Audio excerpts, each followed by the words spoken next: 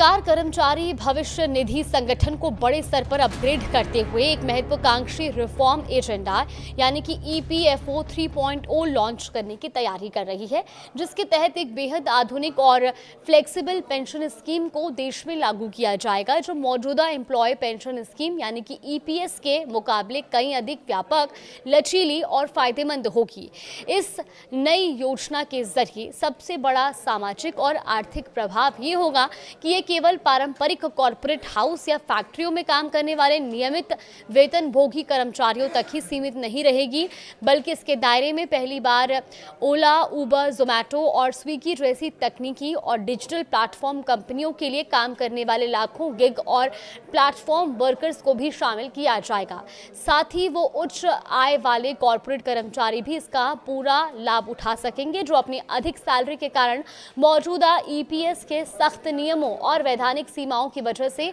अब तक इस सामाजिक सुरक्षा के दायरे से पूरी तरह बाहर थे। अब इस नई स्कीम की सबसे अनूठी और मुख्य तकनीकी विशेषता इसका टारगेट रिटायरमेंट समय यानी कि टीआरएस रखा गया है। और टीआरएस में ये होता है कि इसके आने के बाद मिलने वाली एक मुश्त राशि का एक निश्चित लक्ष्य निर्धारित करना है, जिसमें हर खाता धारक का एक पूरी तरह से अलग और समर्पित पेंशन अकाउंट होगा और इसमें सदस्यों को ये पूरी आज़ादी मिलेगी कि वो खुद ये तय कर सकें कि वो सेवानिवृत्ति के बाद उन्हें हर महीने कितनी पेंशन राशि की आवश्यकता है। खाता धारक जैसे ही अपना लक्ष्य चुनेंगे, सिस्टम का इनबिल्ट सॉफ्टवेयर अपने आप वित्तीय गणना यानी कि ऑटोमेटिक कैलकुलेशन करके ये स्पष्ट रूप से बता देगा कि उस तय लक्ष्य तक पहुंचने के लिए सदस्य को हर महीने या सालाना आधार पर अपने खाते में कितने पैसे जमा करने होंगे।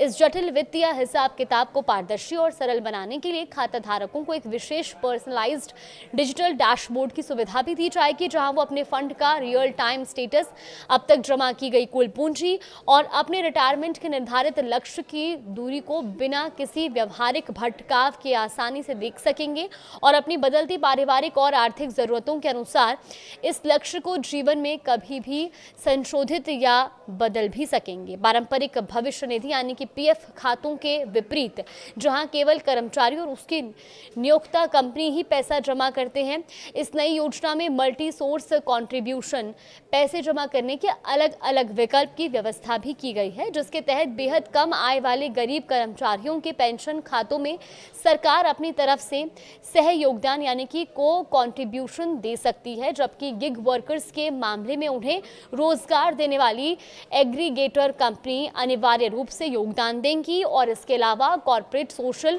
रिस्पॉन्सिबिलिटी यानी कि सीएसआर फंड, विभिन्न गैर सरकारी संगठन, एनजीओ और साथ ही सामाजिक दान देने वाली संस्थाएं यानी कि थर्ड पार्टी भी इस विशेष पेंशन खाते में स्वेच्छा से वित्तीय योगदान कर सकेंगी। इसी डिजिटल सुगमता के अंतर्गत ईपीएफओ एक क्रांतिकारी यानी कि वन टू मैनी सिस्टम लाने जा रहा है, जिसका सीधा मतलब ये है कि देश के प्रत्येक नागरिक को एक ही यूनिवर्सल अकाउंट नंबर यानी कि यूएएन से कई अलग अलग कंपनियां या विभिन्न डिजिटल प्लेटफॉर्म्स को एक साथ लिंक किया जा सकेगा, जो विशेष रूप से उन गिग वर्कर्स के लिए एक बहुत बड़ा वरदान साबित होगी जो अपनी आजीविका के लिए एक ही समय में कई अलग अलग प्लेटफॉर्म्स पर स्वतंत्र रूप से काम करते हैं और अब वो अपने विभिन्न नियोक्ताओं से आने वाले पीएफ और पेंशन के पैसे को एक ही खाते में बेहद आसानी से ट्रैक और प्रबंधित भी कर पाएंगे। ये नई पेंशन योजना वर्तमान में चल रही नेशनल पेंशन सिस्टम यानी कि एनपीएस से बहुत अलग और कहीं अधिक स्वतंत्रता देने वाली होगी, क्योंकि एनपीएस में रिटायरमेंट के बाद फंड की निकासी और एन्युटी खरीदने के नियम बेहद कड़े और जटिल है। लेकिन इस नई स्कीम में ईपीएफओ 55 साल की उम्र से ही अपने मेंबर्स को ये बड़ी छूट देने पर गंभीरता से विचार कर रहा है कि वो अपने संचित धन का इस्तेमाल अपनी मर्जी से कैसे करना चाहते हैं। यानी 55 साल की उम्र तक ये खाता पूरी तरह से सामान्य पीएफ की तरह काम करेगा, जिसमें चक्रवृद्धि ब्याज के साथ पैसा लगातार बढ़ता रहेगा और उसके बाद सदस्य इसे अपनी इच्छानुसार पेंशन या सिस्टमैटिक विड्रॉल प्लान में आसानी से बदल सकेंगे। ये पूरी योजना पूरी तरह से जोखिम रहित यानी कि रिस्क फ्री होगी, जो बाजार के उतार चढ़ाव से दूर सदस्यों को वास्तविक और सुरक्षित रिटर्न की गारंटी देगी, जहां सेवानिवृत्ति के बाद सदस्य अपनी मासिक पेंशन की राशि खुद चुन सकेंगे और अगर वो सिर्फ जमा पूंजी पर मिलने वाले मासिक या वार्षिक ब्याज को ही पेंशन के तौर पर लेते हैं तो उनका मूलधन यानी कि प्रिंसिपल अमाउंट हमेशा के लिए वैसे का वैसा ही सुरक्षित बचा रहेगा, जिसे वो बाद में निकाल सकते हैं या अपनी अगली पीढ़ी को सौंप सकते हैं। और अगर किसी सदस्य को अधिक मासिक पेंशन की आवश्यकता होगी तो वो अपनी मूल रकम से भी आंशिक निकासी कर सकेंगे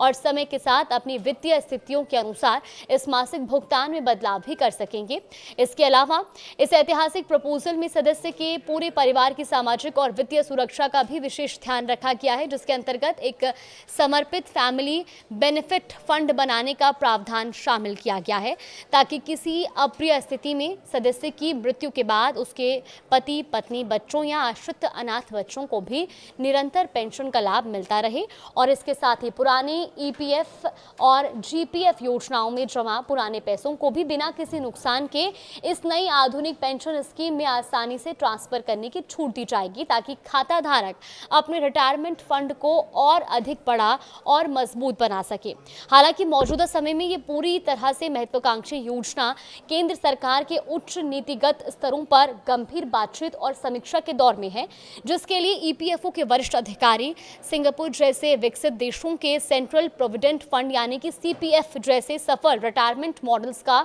बहुत बारीकी से अध्ययन और विश्लेषण कर रहे हैं, जिसका मुख्य और अंतिम उद्देश्य देश में कोड ऑन सोशल सिक्योरिटी यानी कि सामाजिक सुरक्षा संहिता को जमीनी स्तर पर प्रभावी ढंग से लागू करना है ताकि भारत के इतिहास में पहली बार असंगठित क्षेत्र के गिग और प्लेटफॉर्म वर्कर्स को एक मजबूत और कानूनी सामाजिक सुरक्षा कवच प्रदान किया जा सके। हालांकि सरकार द्वारा अभी तक आधिकारिक तौर पर यह पूरी तरह से तय और घोषित नहीं किया गया कि इस विशाल योजना को जमीनी स्तर पर कौन सी विशिष्ट सरकारी या नोडल एजेंसी लागू करेगी और इसकी राष्ट्रव्यापी शुरुआत किस निश्चित तारीख से की जाएगी। फिलहाल इस पूरी खबर को लेकर आपका क्या मानना है, हमें कमेंट बॉक्स में अपनी राय जरूर दें।